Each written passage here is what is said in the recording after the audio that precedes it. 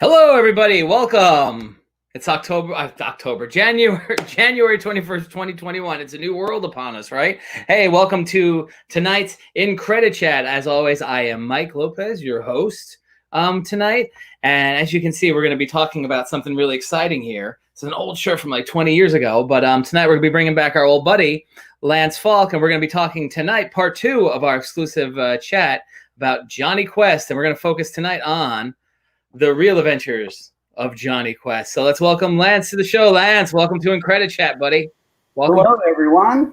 Thank you, Mike. And I'm sorry I don't have a working camera in this high-tech age, but maybe I'm sparing you, something horrible. Who knows? It's the technical world that we now live in, and I'm going to pull up some pictures while we're sitting here talking. So tonight we're going to talk about the real adventures of Jonny Quest. And hey, Seren's watching us already. So last time you were here, we really focused on the classic 60s series. And then, of course, the 80s series, which you had a hand in as well. But you had a really in-depth hand in this reiteration of Jonny Quest in, it was the 90s, right? Mid-90s, mid to late 90s. Yes. Which was made for Cartoon Network.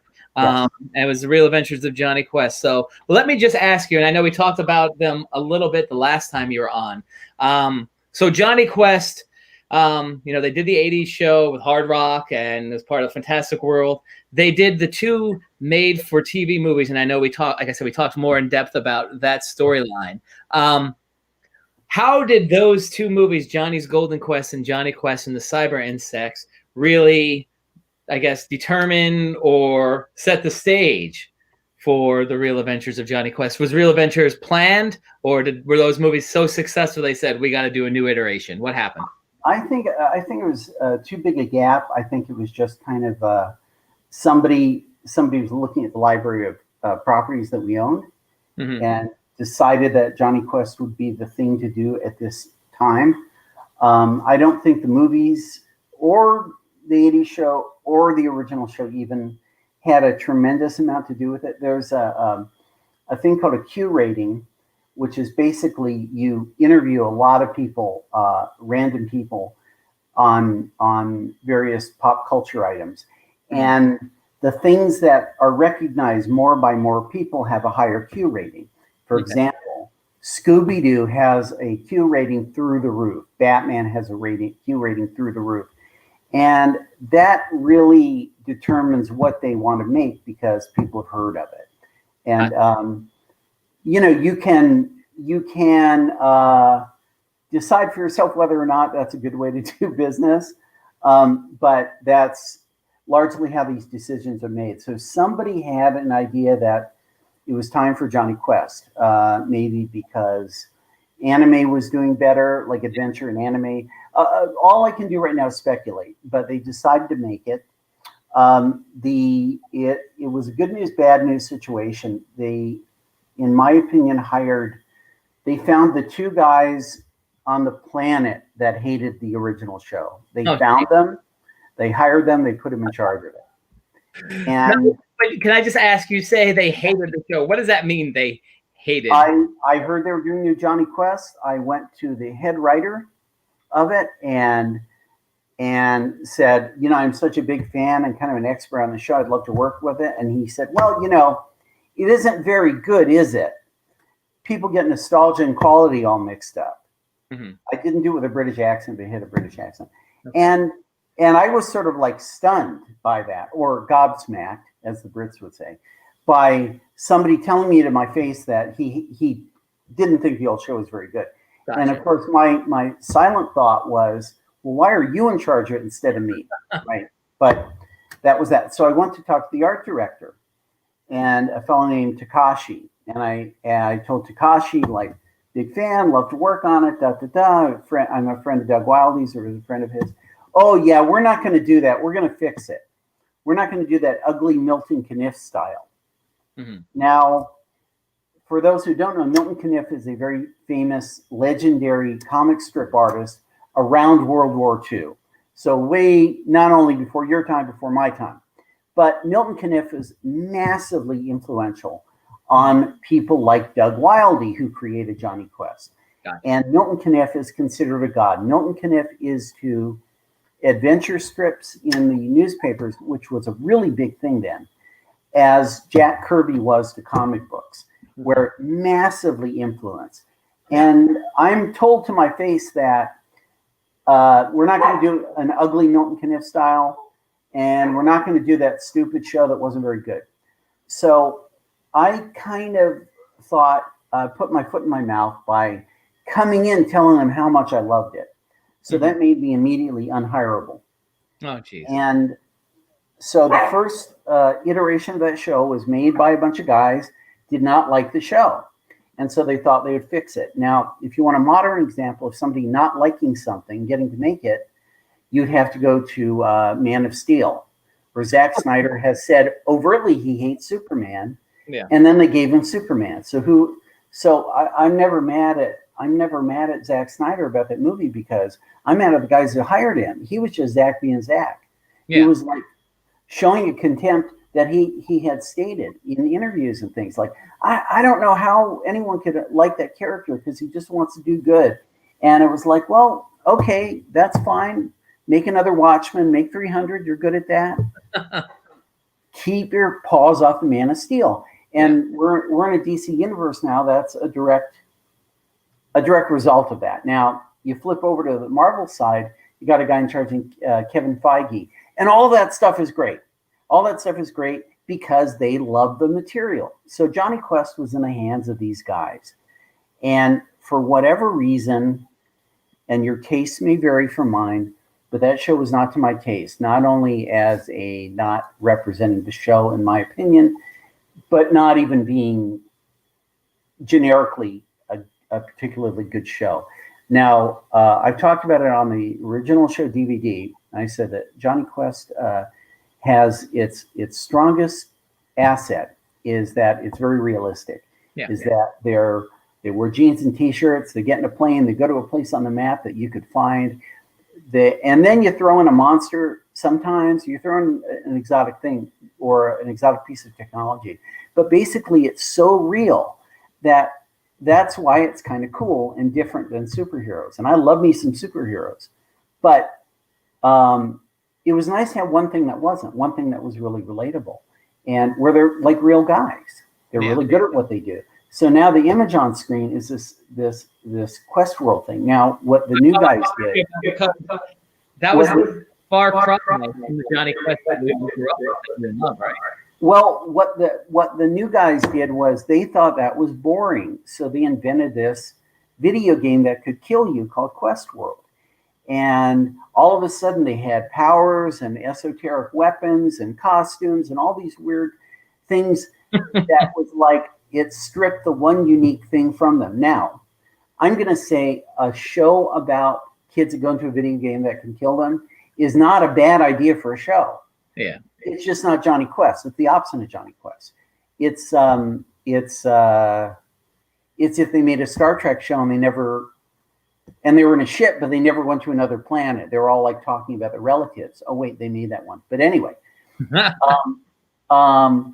so to me, like, Quest World showed a fundamental lack of understanding what that show was about, because Race Bannon is basically James Bond. And if you think about it, in all the Quest World episodes, James Bond sitting in a chair with a headset on, fighting imaginary things in the electronic world. And it's sort of like, well, why does he have all that training if it's James Bond? And why do you have a show set in the real world where you're really in a chair in cyberspace? It doesn't make any sense to me. Again, to draw a parallel to like, and the state of the art of CGI then was. That's why I pulled that up, because like visually it was not that great. Even if it were a good idea, that's what it looked like, which was kind of horrible. But to bring up another modern idea, like, I'm not a fan of a lot of the Next Generation because you have a spaceship and you're going places, and they do a lot of episodes on the holodeck. And I was like, well, why are you in a spaceship going places if you're in the rec room pretending you're Sherlock Holmes? Just doesn't make any sense to me. That's true. And they might even get good stories out of that, but that's beside the point. Yeah. To me, it's like, What's the premise of the show? Space, the final frontier, to seek out new life. That's the premise. And when you don't kind of do that premise on a regular basis, then drop the speech because it's a big lie. So Jonny Quest became this big lie about being a Jonny Quest show. So they did their thing. And then eventually, I'm not going to get into it, but eventually that team was let go, and our team was brought in. Now, before you get to that, let me just ask, because I don't know, I don't remember. A lot of bad things I shouldn't say at this point in the story. I'm just saying that. No. So at this point now, while this new iteration of Jonny was being made, were Bill or Joe still around at this point? I guess Joe was probably still alive, right? Yeah, but they weren't really involved in the day-to-day anything of that kind of thing. I don't even know if they saw it, but you know, our crew that I think should have gone on it scattered to the four winds. I ended up over at Warner Brothers working on Animaniacs, and I was working on Animaniacs after SWAT Cats. Gotcha. After SWAT Cats, logically, we should have rolled on to Jonny Quest, but we didn't. Yeah. So we scattered to the four winds, even though they had a perfect crew to do it. And then when that crew didn't work out, they went to the SWAT Cat crew and they said, well, you guys shouldn't do it. And we sort of resisted. We said, well, the problem is, for one, our shows have to hook up with your shows, and we don't like your shows. We don't like the Quest World thing. We don't like the model designs. We don't like the story ideas. We don't like the changes from the original show. Like they moved them to, they took their high-tech jet away and gave them a propeller airplane, and they're driving around in a silver Gulfstream, like investigating cryptozoology, like the Jersey Devil and things like these stories that were just like so off the beam for us. Yeah.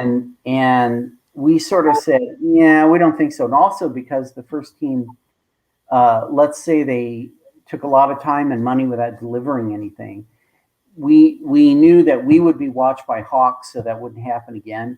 And so you're trying to do a difficult show with a difficult deadline that had already been blown, and they're going to watch you like under a microscope. It just didn't seem like a tenable job to anyone. And so to do that job, we had a list of insane demands, and they were, no, forget it. And they went around asking everyone. No one else wanted to do that show under those circumstances. And so they like, all right. And there were some compromises. One of them was we had to have a certain amount of the Quest World in it because it was tied into a toy deal, even though everybody on that show hated Quest World. We were able to change the models and the voice actors.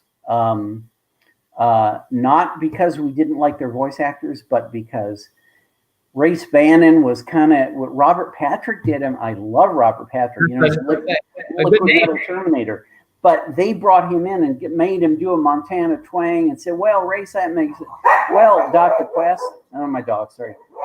That makes as much sense as a screen door in a submarine. And that was Race Bannon.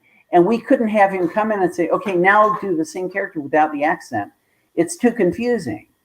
So we just had to recast everybody. The only person we kept from their voice cast on Dr. Quest was George Siegel, another actor I love, but they had him play him really old and tired, and he had a cane, and he had white at his temples, and he's hobbling around. And it was like, this is a show where you run from stuff.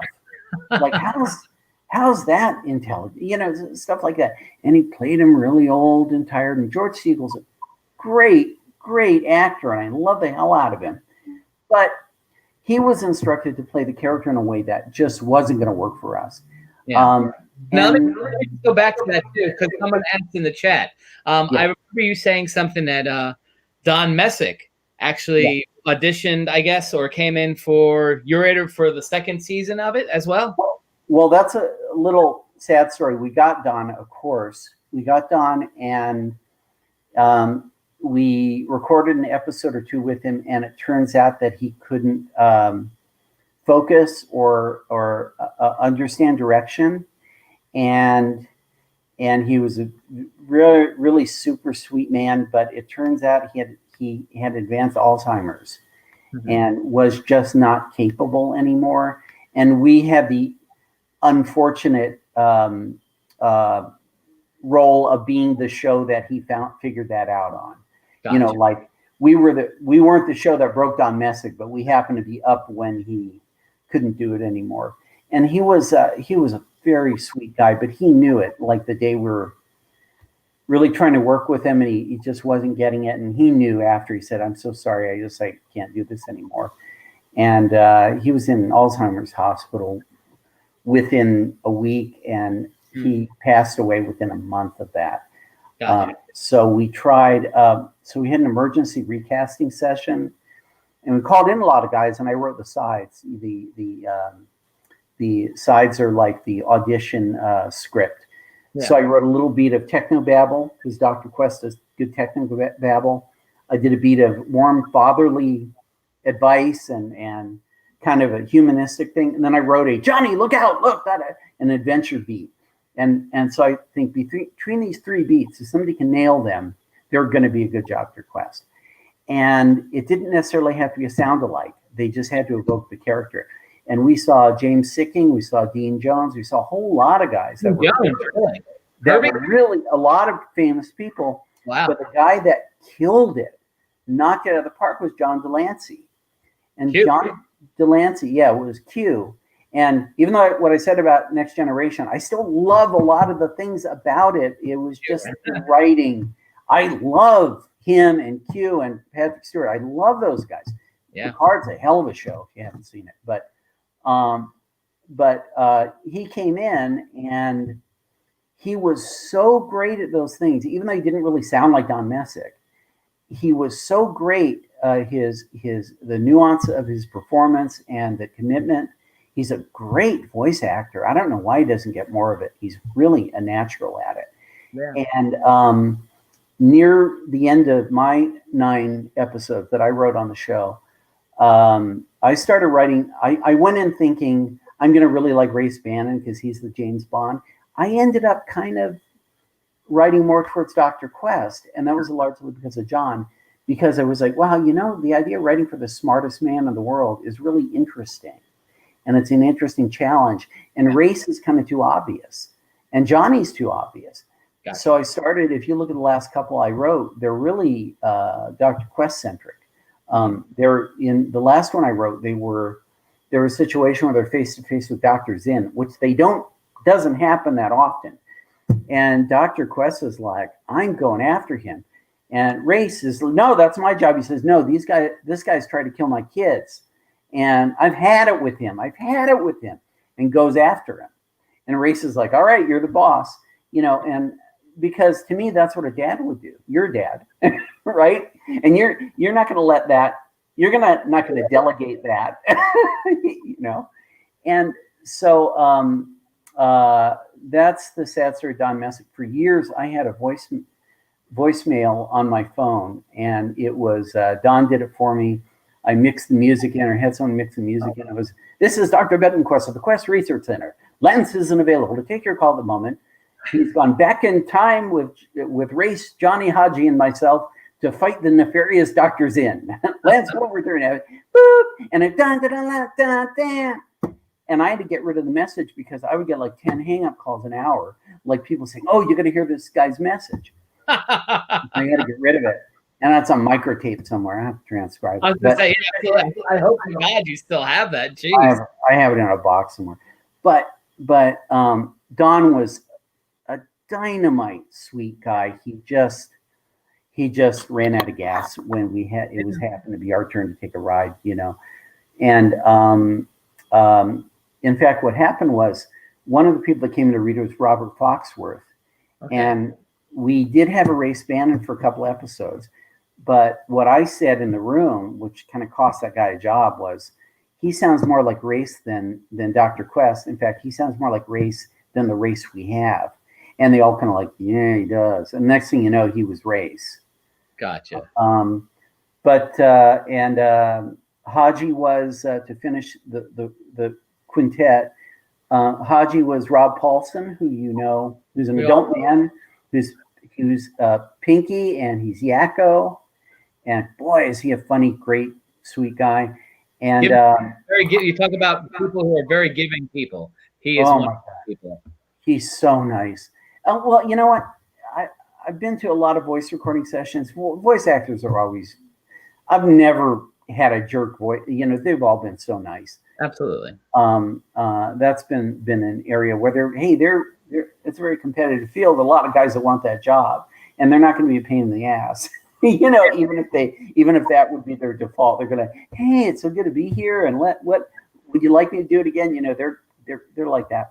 And then a fellow named Quentin Flynn was our Johnny, who looks like Jonny Quest, only a little older, like in his late 20s. He looks a lot like him, and he one of the two producers on our version of the show was Larry Houston, who used him as Johnny Storm on a Fantastic Four cartoon. So I'm telling the story way out of order here. Okay. Now, the last time we talked, I mentioned that because I've got a good punchline to that story. I mentioned how I got the job in the 80s show where I kind of heard they were needed cleanup art for a particular artist on the 80s version of Jonny Quest. So I stole that guy's artwork. I went home, I cleaned it up, came in, showed it off, got hired. Okay, remember that part of the story. I just put up Quentin Flynn there too, so people can see. Yeah, see, he kind of looks like Johnny, you know, blonde his hair up a little bit. That's if somebody said that's live action Jonny Quest like at 30, you go, yeah. But you see, he has his nose and the eyes and stuff. So anyway, what I didn't tell you about that story was that Jim Stenstrom, the guy that hired me in the 80s show, said, you know, the very next assignment, or the first assignment you would have gotten would be this stack of drawings that you're holding right now. So let me buy those from you as a freelance assignment, because that's the next step that would get done. So I have a unique story in that the only portfolio I ever really had was physically bought from me and used in production, which is a unique story. That's Mummies from Malenke, that one.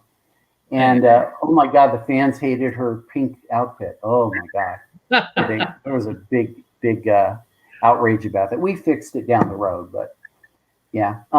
So, and the other thing, so I just want to say that punchline is that, like, I sold that portfolio.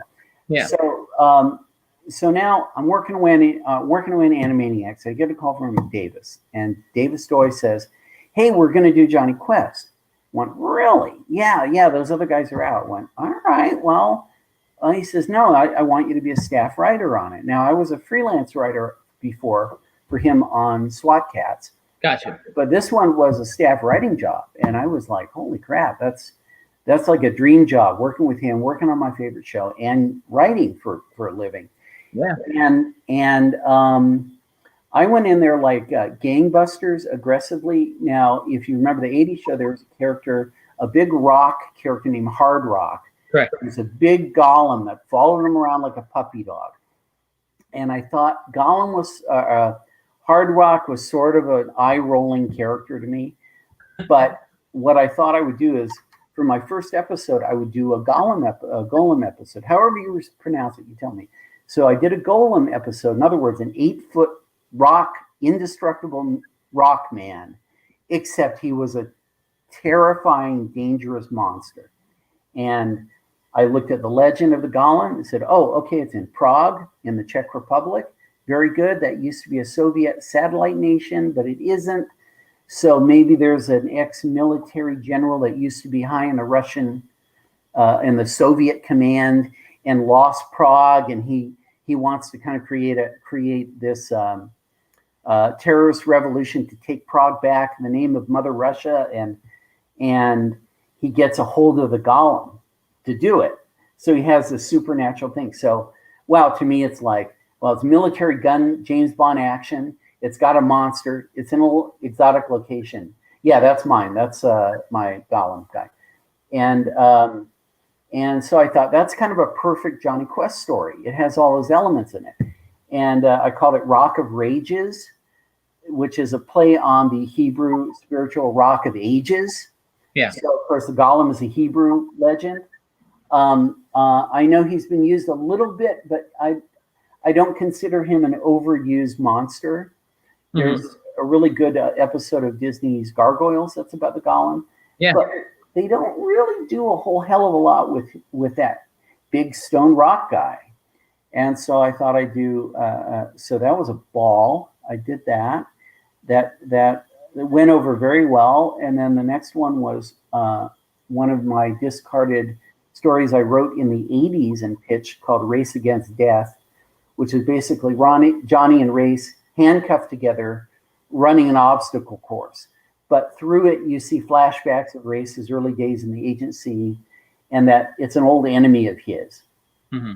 And that was fun. The only thing, the only little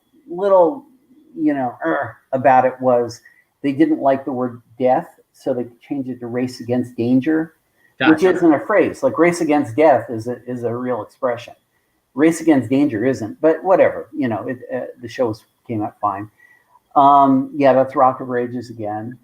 And the bad guy there, the guy in black, that is General Vostok, who was voiced by Mark Hamill. Oh, beautiful. Killed it. I mean, I saw Star Wars 100 times, so I like having Mark Hamill around. Yeah. But he was so good. And I don't think of Mark Hamill playing this big, deep, burly Russian guy, but he was magnificent as this guy. He was so good.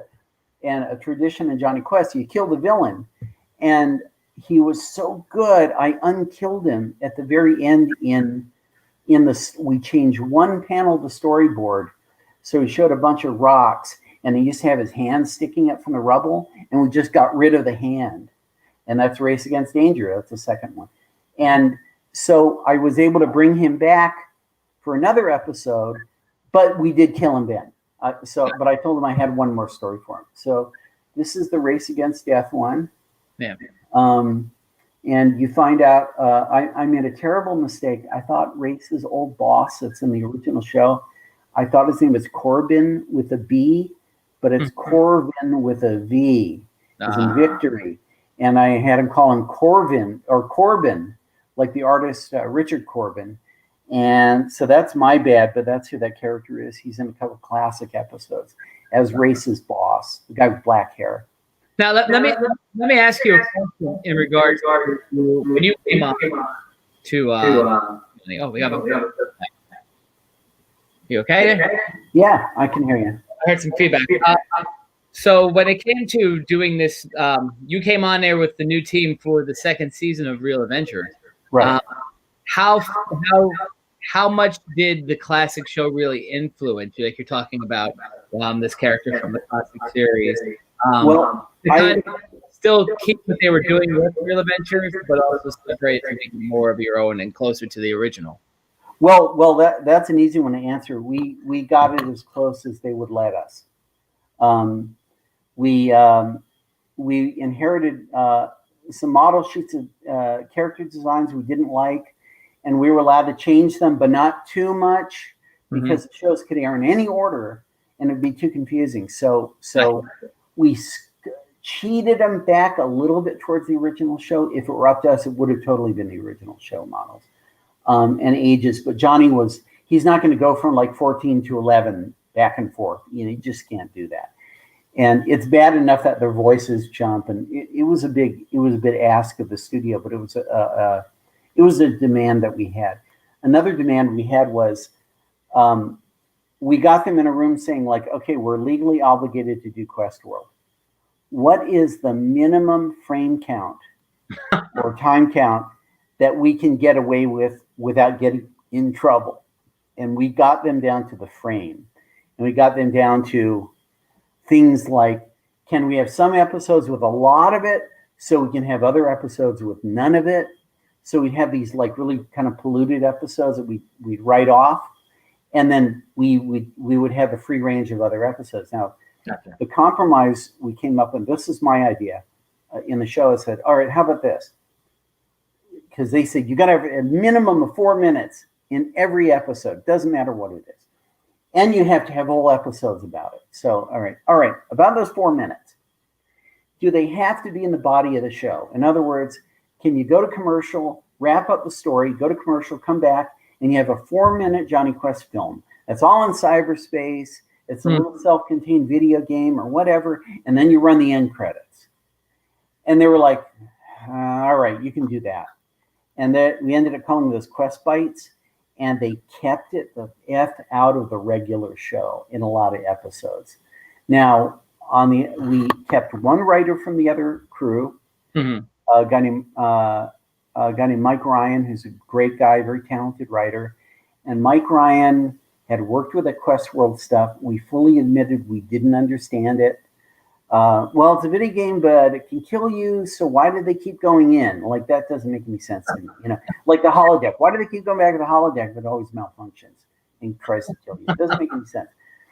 But if it works, there's no story. But if it doesn't work, why do you keep using it? If your car stereo kept trying to turn you into opposing traffic, you get rid of the car stereo and start humming. That's just the way that real life works.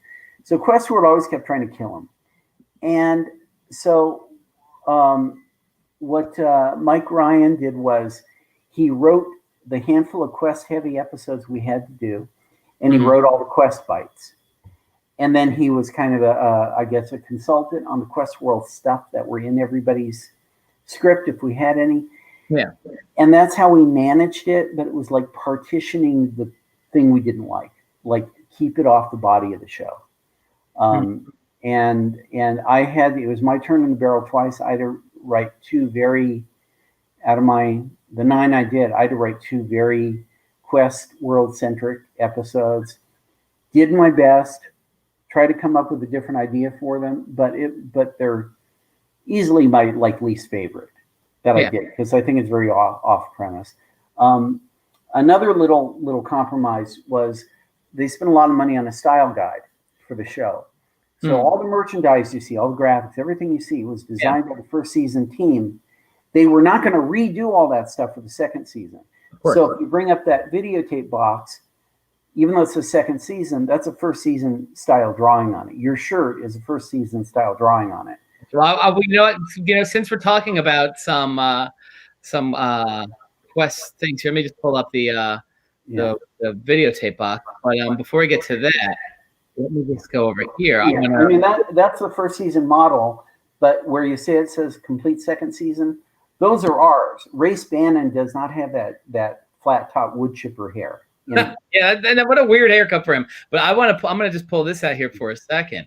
Bandit looks really good. You know, I'm gonna give myself a bigger screen. So I pulled this out. I told you I had some Jonny Quest surprises today with my shirt, right? So I found this too tonight. Do you know this? Nice drawing. Oh, look at that. Let's see. Like a folder, it's a press kit. Nice press kit. Well, all the drawings in there are first season drawings. Yeah, so you got this. Yeah. Wonderful picture. And I don't like dealing with this leather jacket. Well, to me, it's just like artists are all kind of picky. It's just over rendered and too fussy and busy. I like really simple, crisp, clean graphic designs. Yeah, like that's. It's not inept or anything. It's just not to my taste. And let me just share with everybody at home. And did you have one of these? So do you know Mark Grossman? Do you remember him? Mark Grossman, manager of public relations. That I might have met him. I mean, so these phone numbers obviously do not work anymore. Right. And I actually have some of Joe Barbera's cards. Like, they sent these to me many years ago. Nice. But I just want to appreciate you, and you worked at Hanna-Barbera. Yeah. Look at the awesomeness. Yeah, I love those cards. So if you were Mark Grossman, if you're watching this, Mark Grossman, here's your office number and fax. Yeah. And the cards all had different characters on them. Yeah. I have a couple. And what is it now? What is it, like an apartment complex over there where the office was? Or something? It's some condos and a health club. Yeah, and I believe they have artwork, like Hanna-Barbera artwork up in there too, correct? They do, and they kept some of the exterior architecture. And if you see the Scoob movie, which I know you have, the bowling alley, the Iwo Takamoto lanes. Okay. The front of that is the front of the old Hanna-Barbera building. I did not realize that. Yeah, like where it's this gray stone that looks kind of like a cheese grater. Yeah. In a way. Well, that's the front of Hanna-Barbera, and it still looks like that. Nice. In Hollywood. So if you knew that building and you're watching that movie, you would jump up out of your chair screaming at that. And again, that was a silly little stuff. The world of Hanna-Barbera. Actually, just so you mention it, I guess everybody can kind of see what we were talking about.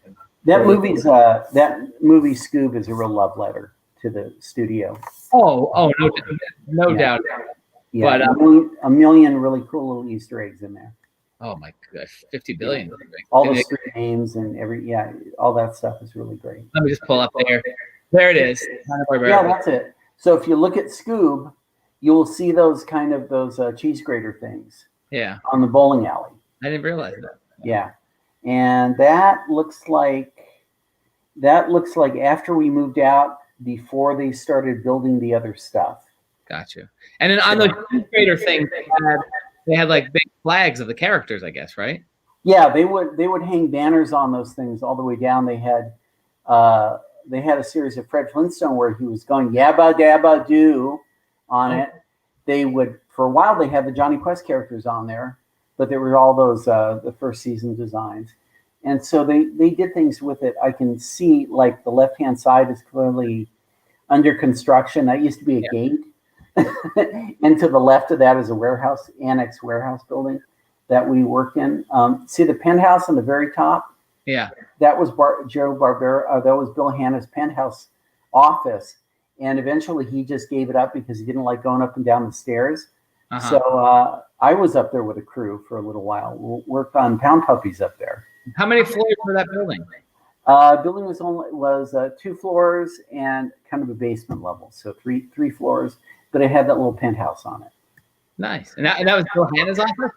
No, that was Joe Barbera's office. Oh, okay. Oh, no, Hanna. No, you're right. I corrected you. Well, no, Mr. Hanna was up there. I would say Barbera's the guy who seems like he would have had the penthouse too. Yeah, he is that kind of guy, but he's also the kind of guy that wants to be in the heart of the action. Yeah, I get that. Oh boy, I loved him. So let's see. So we're working away on Real Adventures. I would say a couple of things. I would say I didn't like the name because to me Real Adventures implies like, well, what's the Doug Wildey show? Not real, live action, right? Yeah, whatever. It was the division of labor was because so much of the time had been blown. They had to really crank those shows out, and we had a deal for 65. They were able to cut off 13 from that, so we had 52. And how it was going to work was you're going to have 4 full-time producers. Usually, a show has 1. We had 4 full-time producers. 2 of them, their job was to take the bits and pieces of the unfinished season 1 stuff, which in 2.5 years there wasn't a single airable finished episode, which is ridiculous, and $11 million and all this stuff. So they were tasked. It was a guy named Kaz Anziotti, great guy. Named John Eng, great guy, and they had this thankless task of getting those terrible things airable. And the stories in a lot of cases didn't make sense. They had to throw away completely finished animation and rewrite sequences to get those things to work as well as they did. And they don't really work well because the DNA of the story is bad. So there are 26 over there. And on my side, we're doing 26, but we get to do new models, new voice actors, new scripts, and try and push it back towards the original show, push down the Quest World stuff. So even though it was compromised in a number of ways, we worked really hard on trying to get a great show out. I think I'm personally proud that I think out of the 9 I wrote that you could send 5 of those scripts back to 1964 and you could have just shot them as they were, like the Golem episode. Yeah. I did one about uranium mining, guys doing the illegal uranium mining operation. And so these big cavern episodes. I did one about an undersea city that was being attacked by these creatures. I did one about kind of a submarine spy story in Russia. That was the second Vostok story. And I did a sequel to Robot Spy, where I called it The Robot Spies. And I think, and that was Dr. Zinn, Jade, everybody. That was kind of like the series finale for all intents and purposes. And I wrote it as a 2-part story, but we didn't have the other part. So I condensed everything into one part. And it's a really dense story, but I'm very happy with it. Another little perk, if anyone's a Babylon 5 fan, that's when that show was happening, and I was able to get some of the Babylon 5 actors in to do some minor voices, and it was a real pleasure. Jerry Doyle and Andreas Katsoulis, who are past now, but Garibaldi and Jakar, and then Londo, Peter Jurasik came in, and they were dynamite. And I had I known I would be able to get them, I would have written them juicier parts than I did. But that was a real pleasure of mine. Like, just meet those guys, you know, and they were really good. Again, Mark Hamill was so good. We unkilled him and brought him back. And then I mentioned 5 of the shows, and the other 2 or 6. The other 2 shows were Quest World shows, which I'm like less enamored of. You know, I did my best. Yeah. But it's just not maybe another person should have been assigned that. You know, I did my best. And one of the idea was Jesse was brainwashed through Quest World, and to unbrainwash her, they had to kind of go into her head in a virtual Fantastic Voyage and root out the agents that are living in her head, you know, to make her evil. That was one of them. And in the course of that episode, I destroyed the Questream van that I hated and the main mansion that I hated. And so they're like, well, if we ever do, and they're saying like, well, I guess we're going to have to move back to the main compound to Palm Key Island. And your race, you read my mind. And that was my way of like kind of an FU to that thing. And if we ever got to do more, it would have been more of a reset to the original show. And then, boy, what was the other one? I kind of forgot because I'm so like not in. Oh, yeah.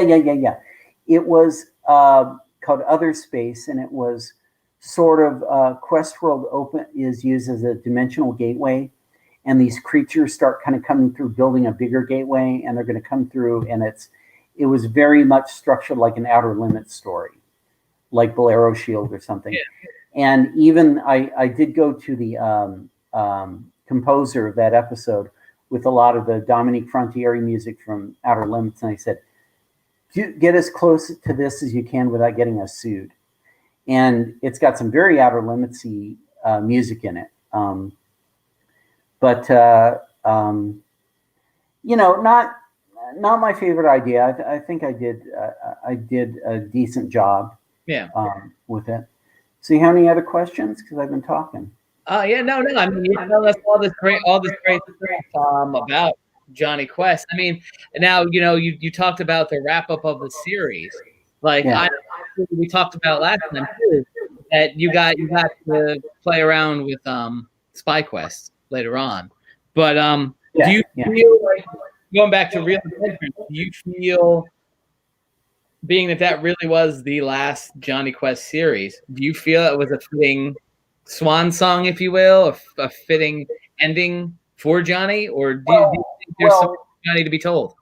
I'll tell you the truth that if they hired our crew first, my biggest regret, definitely career-wise, maybe in my entire life, is that I didn't go to Fred Seibert, the head of the studio, who I was and am very friendly with, and said to him, you made a mistake in the guys that got hired to do this show, and you really need to hire my crew to do this show, because we love this show and they don't.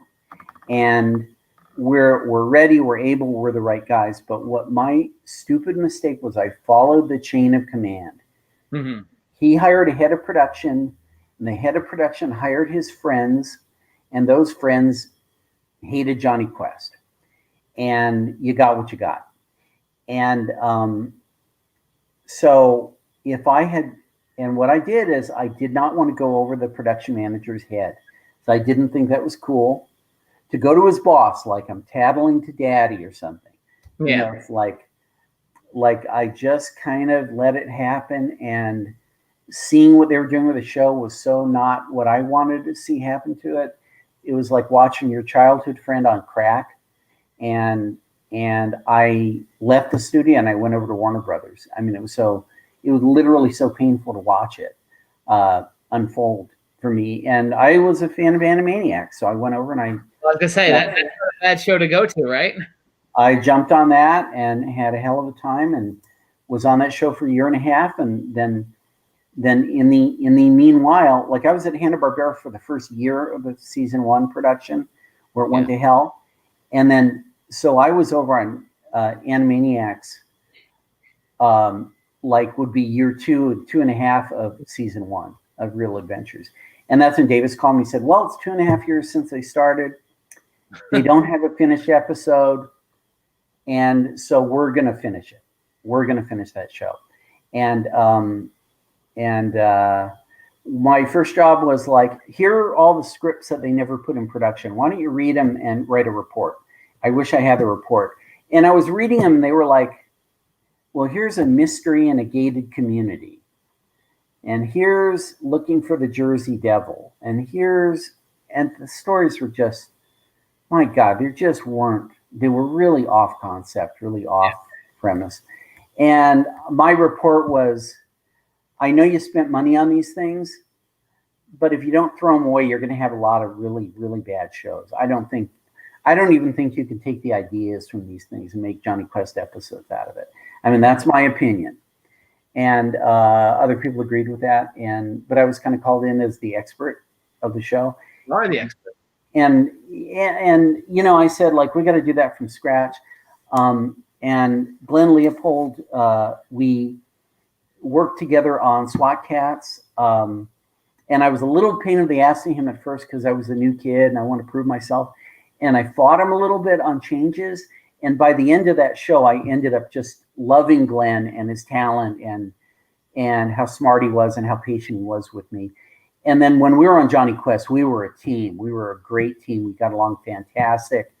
We fed off each other. His predilection are kind of the monster stories. My predilection are kind of the sci-fi stories. Mm-hmm. So we had a nice blend, because Jonny Quest, you can do, you know, Invisible Monster, which is a real straight up monster show. Yeah. And I'd be doing like a more James Bondy one, like Mystery to Lizard Man or something. And even though Glenn can do a perfectly good, like Doctor's In spy show, perfectly good one. Those are our predilections. So anyone watching our shows got a nice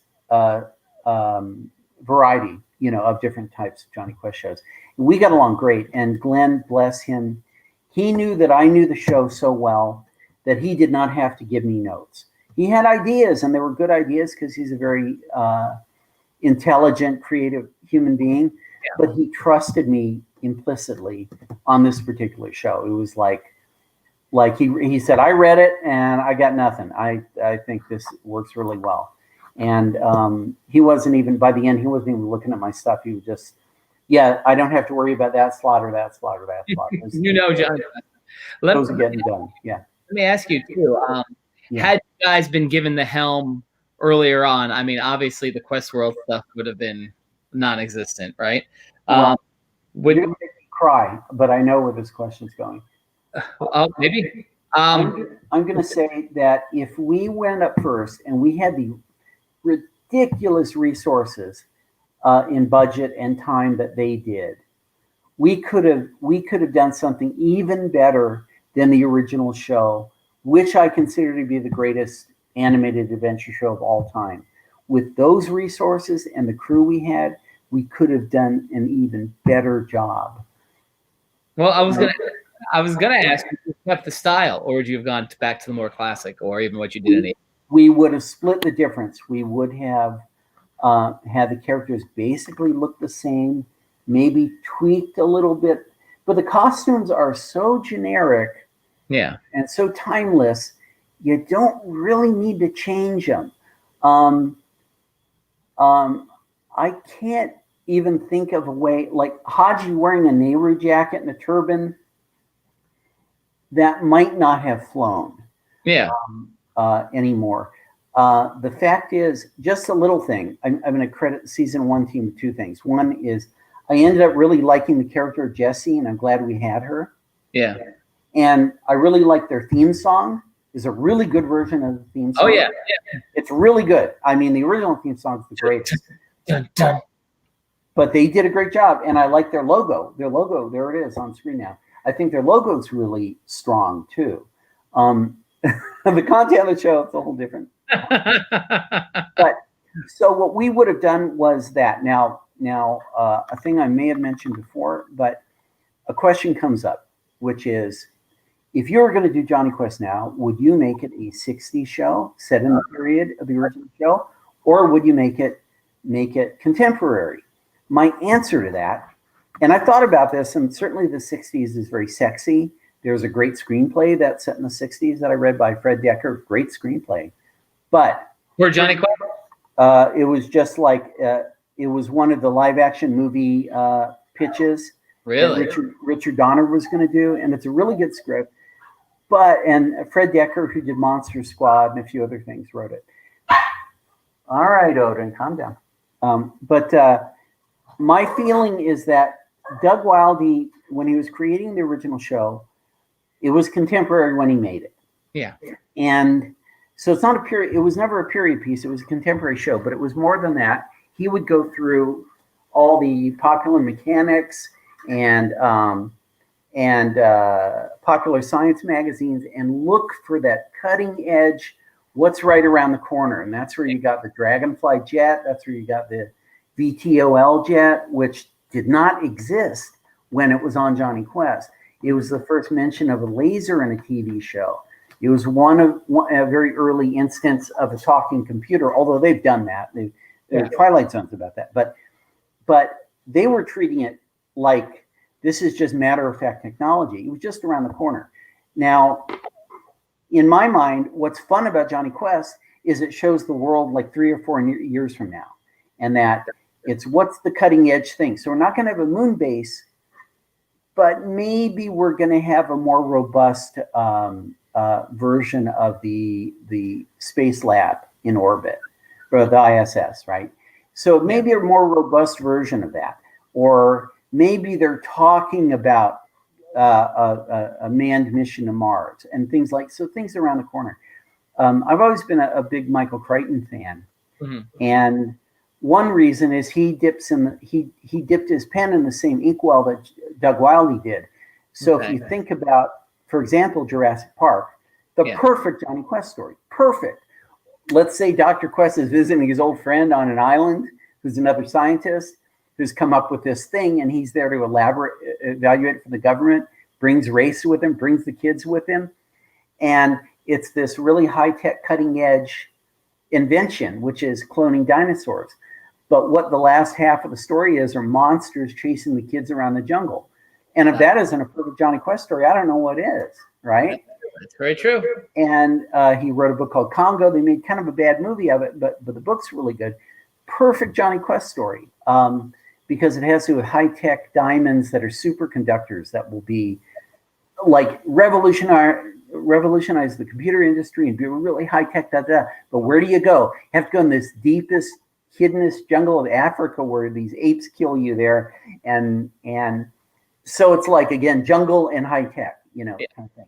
So Michael Crichton kept writing these great Jonny Quest stories.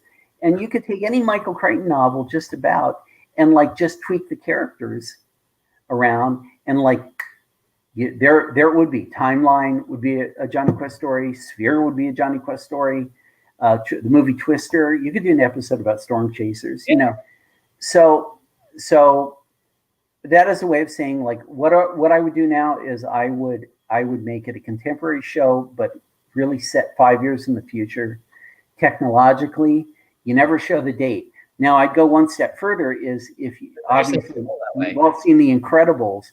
Yeah. And The Incredibles had a timeless but 50s artistic thing. Yes. And I would kind of want to do that with some of the architecture and some of the vehicles and some of the things, and kind of evoke the 60s and 50s and 70s, evoke it a little bit, maybe evoke it in the soundtrack, but technologically it would be cutting edge. Gotcha. Let me ask you this question too now, because obviously in Spy Quest it was not the case. Yeah. Jesse, keeper or leaver? Well, Spy Quest was a unique situation. The producer of that movie,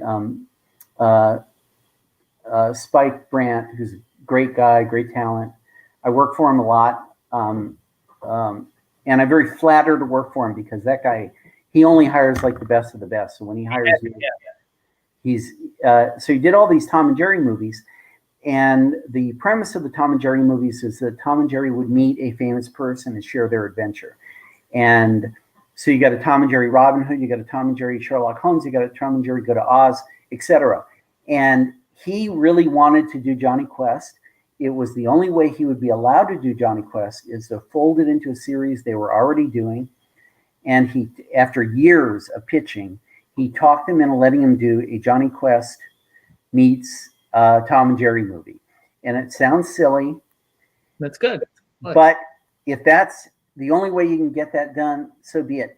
And the adults aren't interacting with the cat and mouse. The dog is, like Bandit. Yeah. Bandit's the one who's aware that they're kind of intelligent and so forth. And he can't tell anybody. So you just put Tom and Jerry, you scoop them up out of the ocean where they were on a raft, and you take them along on a Jonny Quest adventure. Now, design-wise, the character guy, Dan Haskett, brilliantly took the Doug Wildey style and morphed it halfway to a Tom and Jerry style. So it still has the drop shadows and the same folds in the cloth and things, but the proportions are a little cartoony. Otherwise, it would look very odd with Tom and Jerry. And when it came to backgrounds and props, and I was the prop guy, it was a look at the 1964 show and just do that.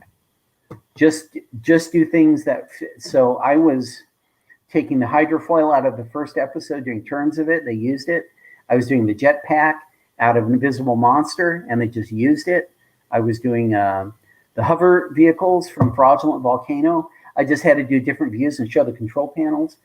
And in your pack of images I gave you last time, bring up that dragonfly view. Let me see if I can find that. I got a lot of things open here. Hold on. Yeah.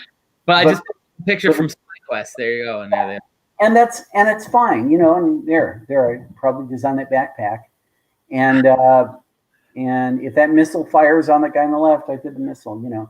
But we went to great lengths to say that it's the Doug Wildey version of the characters morphed into a Tom and Jerry world. But you can see, like, they're goofy, but they're on model at the same time. Yeah, no, I mean, I'm just looking at a bunch of photos here of it too, as I'm just looking for some other things to pull up. I mean, animation-wise, like, and I, you know, and I'll say this, and you've worked on a lot of these straight to DVD film. Yeah, you know? I have to say, and you've worked on a bunch of the Tom and Jerry ones. The Tom and Jerry ones, I mean, the two that we see the most are Tom and Jerry and Scooby. I say with a lot more so than with the Scooby, a lot of these Tom and Jerry flicks, like, you just look at the artwork on this, like, this should be in the theaters. They like, are. Look at this image here. Like, this is the way the characters look, the detail. They're absolutely beautiful. I'm just looking look how good Haji's hand looks. Yeah. You know? And Spike did a great job on those movies. They're beautiful. They're I think he did 10 of them. Thinking like a few done before Spike went on, and those are good too. But the ones that Spike did, like, you know, again, thinking about this one, and listen, I know people hate them, but like I think the Willy Wonka one, Like I thought that was a pretty solid flick. Like I mean, yes, you know what, scene for scene, it's the Gene Wilder movie, but visually, like it looks it's a beautifully animated version of the original movie. And then even the two Oz movies were great. There's just such a nice. I'm just looking over at my shelf now. Just like, and the last, was it the Lost Dragon or the Last Dragon, the Giant Adventure? Like they are just beautifully animated films, you know, and like totally. Over than the one that's coming to the theaters now. No offense to anybody that worked on it, you know. Well, they put they give those direct-to-video movies, you know, more time and money, obviously, than a regular TV episode. And you certainly see that quality on the DC movies that Bruce Timm and his guys do. They're beautiful. I haven't missed a one. I can't wait for Soul of the Bat, which should show up in my mailbox any day now. Which is a Batman that's kind of like half. It's set in the '70s with a funk soundtrack, and it's like blaxploitation and kung fu. Yeah, and it's Batman. You know, so like I can't wait for that. And it goes back to what you were saying earlier. We're mentioning Batman. We're mentioning Scooby. You know, I guess even to some extent, Tom and Jerry. Like Warner's is doing beautiful, beautiful work. Just to expand it to a lot of the other characters that you guys have, right? yeah, that's all. I've never said like, oh, I wish they wouldn't do Scooby. I think, well, yeah, Scooby's great, and he sells well. Keep doing them. But in addition to him, I want a high-end Frankenstein Jr. and the Impossibles. Do a Hong Kong Phooey movie. Who knows, right? Any of that stuff. And to me, Frankie Jr. That's what Brad Bird did. That's what Iron Giant meets the Incredibles. Yeah, that's Frankenstein Jr. and the Impossibles. You know, you're right. You're absolutely right. And so he's proven the commercial viability of that. Now, like I mentioned last time, Warner's corporate is very focused on, of all of DC, focused on Batman, of all of Hanna-Barbera, focused on Scooby-Doo, of all of MGM, which isn't a giant library, but they're focused on Tom and Jerry. Yeah. And there's a fourth thing that, of all the blank, but there are four things like that. The Looney Tunes. Oh, yeah, thank you. Of all the Warner Brothers stuff, the Looney Tunes. And they're really focused on those when they have wider libraries. And Hanna-Barbera has a really, really wide library. They're really focused on those things. And I got to say, because they always sell, but you can't build an audience for something if you don't get it out there in front of people. Well, I think what they're noticing now too, and maybe this will affect some of the DC and the Hanna-Barbera stuff. I think with the streaming, with HBO Max, like listen, Animaniacs was a huge hit. The new version. The sad part is they didn't bring back the creative team. The creative team was not allowed near it. Yeah, except for the voice actors. None of the writers, producers, directors, designers, anybody was allowed to be hired on that show. And you can explain that. I can't, you know. Yeah. They brought the voice actors back, and good for them. I'm happy for Rob and you know, and Jess and so forth. But they're doing Tiny Toons is coming back now. That's coming to HBO Max. But I don't watch it just because I feel like I got blackballed from it, you know, and it feels a little. And even though I am happily employed where I am and wouldn't have left, just the idea that I wouldn't have been welcome is on a show I was really successful on is kind of it's a bitter pill for me. Yeah, because I saw yesterday, I guess it was yesterday or the day or two, Batman, the Tim Batman. They're going to do a sequel series. It looks like. I have heard that, and that's fantastic, and they will use him. Yeah. But DC is doing a comic that is like they did a Scooby-Doo team up comic. Yes. Now they're just doing Scooby-Doo and Batman team up every month. And it's like, and that's going to be the title. And I was like, wow, to me, that's like the least imaginative, least courageous idea to do, you know? Like, oh my God, I'm seeing this right now. Oh my God, I did not even know about this. And first of all, it's like, well, how's that not going to get old? You know, but also, wow. why don't you? Well, you did a Scooby-Doo team-up book where at least you, and one time they brought in Jonny Quest, and that worked. And you certainly have a Batman team-up book. Yeah. Well, you have your marquee character there already, so that's an opportunity to bring in Space Ghost, to bring in this guy, to bring in that guy. They did that in the Scooby book. I have the whole run of that. They did Frankenstein Jr. and the Impossibles. Yeah. Hong Kong Fooey, El Kabong, Top Cat, like characters. Like, what the hell are they doing with Scooby Doo? But like, they made characters like meet up with Scooby. Jonny Quest, they did one. It was so nice to see him, and that's doing Batman and Scooby Doo. I feel like well, all things being equal, I'd rather have a pure Batman book or a pure Scooby Doo book. How is that? Like, how is that gonna work for a long run comic book of just Scooby and Batman?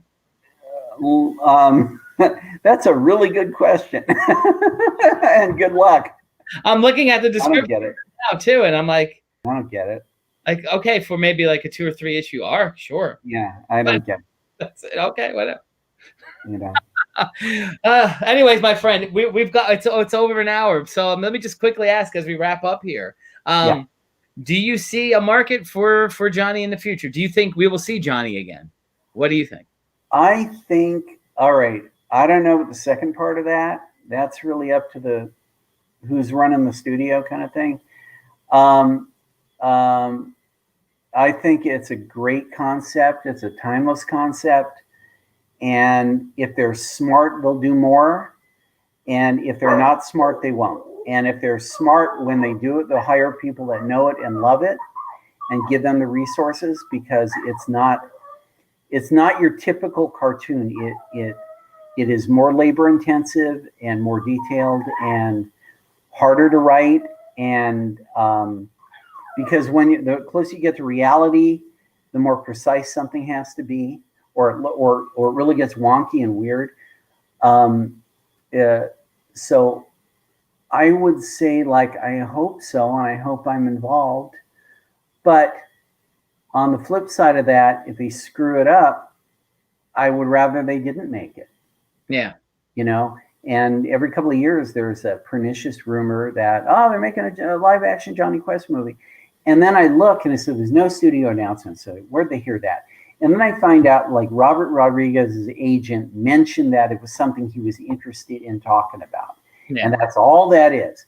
And, well, Robert Rodriguez is great. And he makes these great kid adventure movies also. And he's not a bad choice to do that sort of thing. My choice is Brad Bird, by the way, for Jonny Quest. And Fantastic Four, for that matter. But let me ask you, if you had a choice, like if Brad Bird took it, or anybody for that matter, would you and given the choice, would you rather them do live action or animated? Well, if Brad Bird did it, I'd want it live action. Okay. And I think he could do it. But here's my snarky little joke we'll leave with. I am not thinking of the Warner Brothers that does those incredibly good animated projects. I'm thinking of the Warner Brothers that is making the DC movies. Okay. Yeah. And the password is stewardship. And stewardship means you get a property that's been around, and it can be Bugs Bunny, it can be Mickey Mouse, it can be Batman, it can be anybody. And for a while, for a short time in history, that's your toy to play with. And you need to honor that toy.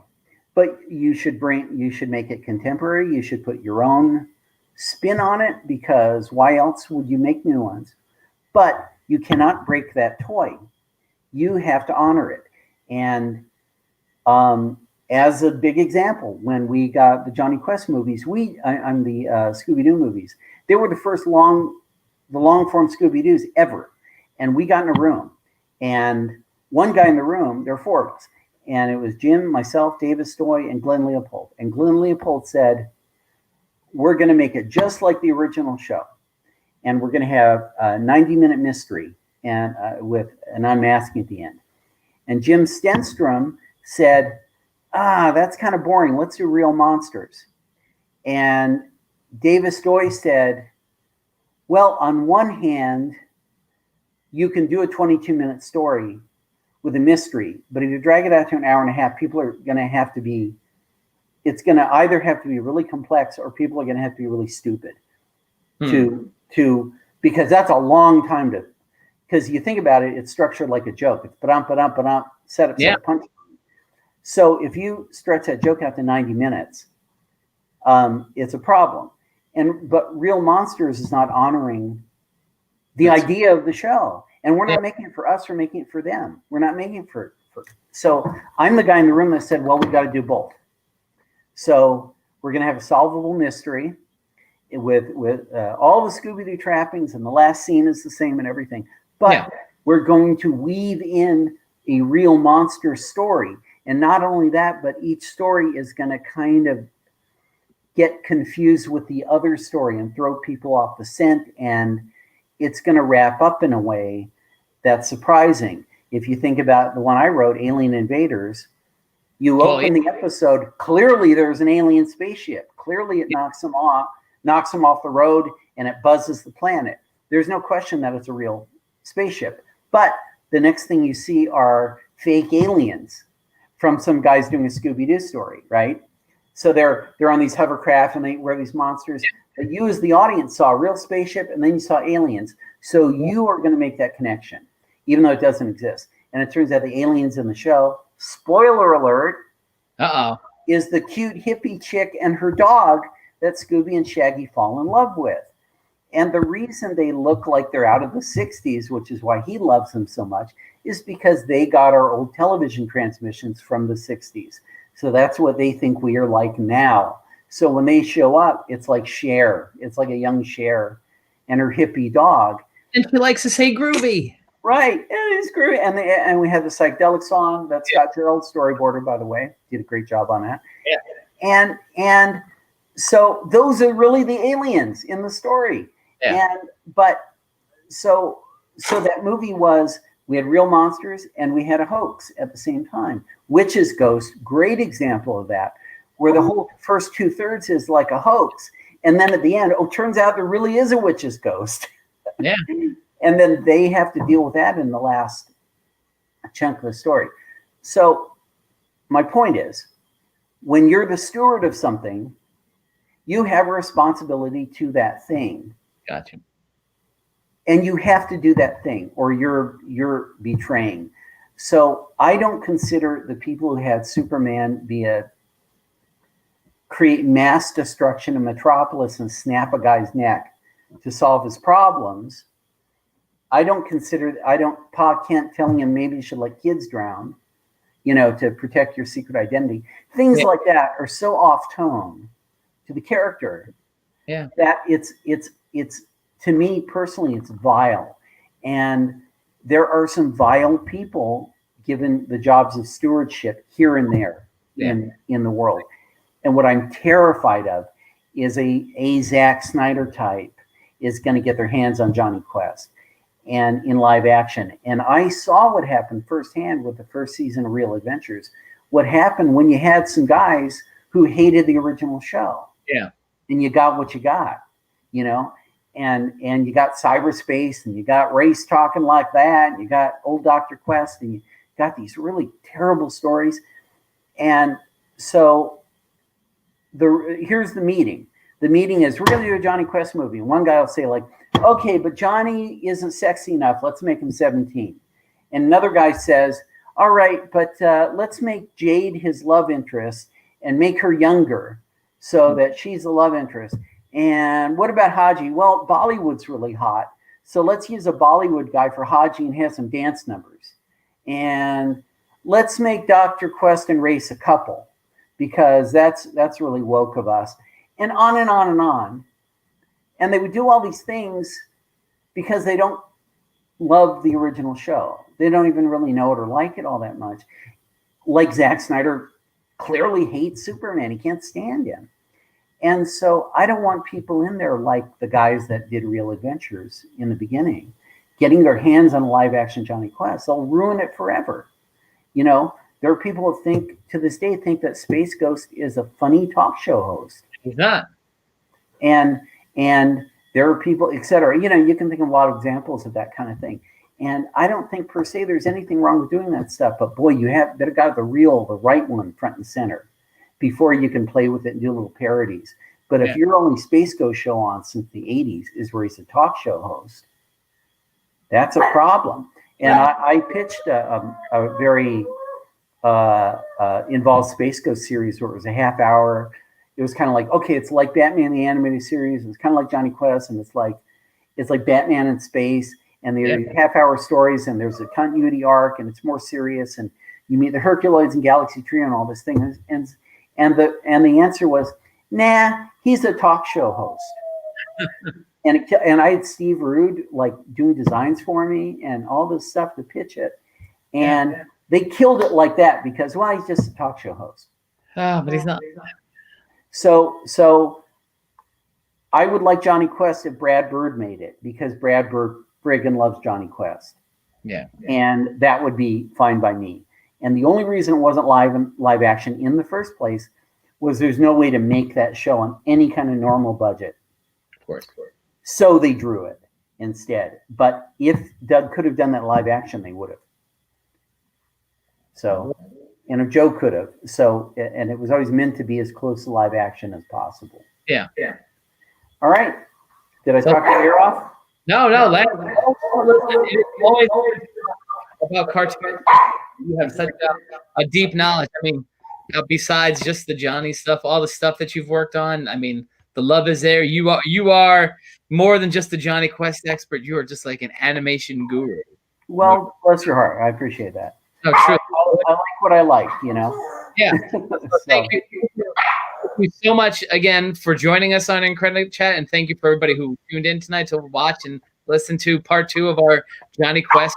So certainly go back, watch part 1, hear about the classic series. Now you got part 2, and you can get all your great Jonny Quest stuff. Go and buy.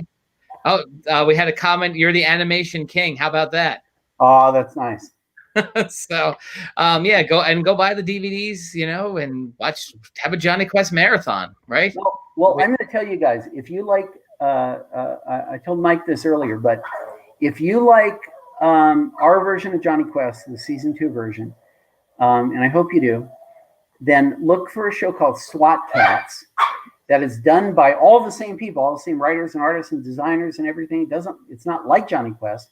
It's like this funny animal action adventure comic book anime show. It's really explosive. It has this ripping surf guitar soundtrack. And we're really proud of that show, and it's really exciting. And it is a vastly underrated program, in my opinion. And we're really, really proud of that show. I'm a little more proud of that one just because it wasn't compromised. We went in and did everything we wanted to do. Anyway, check that show out if you get a chance. There they are. There it is. So that's it. Check it out. Yeah, I'm really proud of that show. So and those are on all the Jonny Quests, those are all on Amazon too. So yeah. So again, folks, thank you all for tuning in tonight. Next week we have Mike DeFrancia, who is the artist behind the Sharknado posters for sci-fi. So tune in next week for that, folks, and we will see you all next time on IncrediChat.